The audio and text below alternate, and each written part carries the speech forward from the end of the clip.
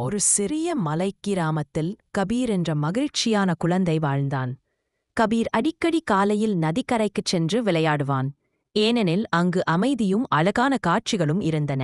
ஒருநாள் விளையாடும்போது காயம்பட்ட ஒரு சிறிய முயலைக் கண்டான். அது வலியால் துடித்துக் கொண்டிருந்தது. கபீர் தயக்கத்துடன் அதை தூக்கி வீட்டுக்கு அழைத்து வந்தான். கபீர் முயலுக்கு சினு என்று பெயரிட்டு அதை நன்கு பராமரித்தான். நாளடைவில் சினு குணமடைந்தது. கபீருடன் ஒரு புதிய பிணைப்பு ஏற்பட்டது. கபீர் பள்ளியிலிருந்து திரும்பும்போது சினு மகிழ்ச்சியுடன் அவனை நோக்கி வரும். அவர்கள் ஒன்றாக வயல்வெளியில் ஓடி விளையாடுவார்கள். மாலையில் நதிக்கரையில் அமைதியான தருணங்களை கழிப்பார்கள். ஒருநாள் பலத்த மழை பெய்தது. இடி சத்தம் கேட்டு சினு பயந்து காட்டை நோக்கி ஓடியது. கபீர் சிந்திக்காமல் மலையில் ஓடி பதற்றத்துடன் சினுவை அழைத்தான். நிறைய தேடிய பிறகு மரத்தின் கீழே சினுவை மறைந்திருப்பதைக் கண்டான். கபீர் அதை கட்டி அணைத்துக் கொண்டார்.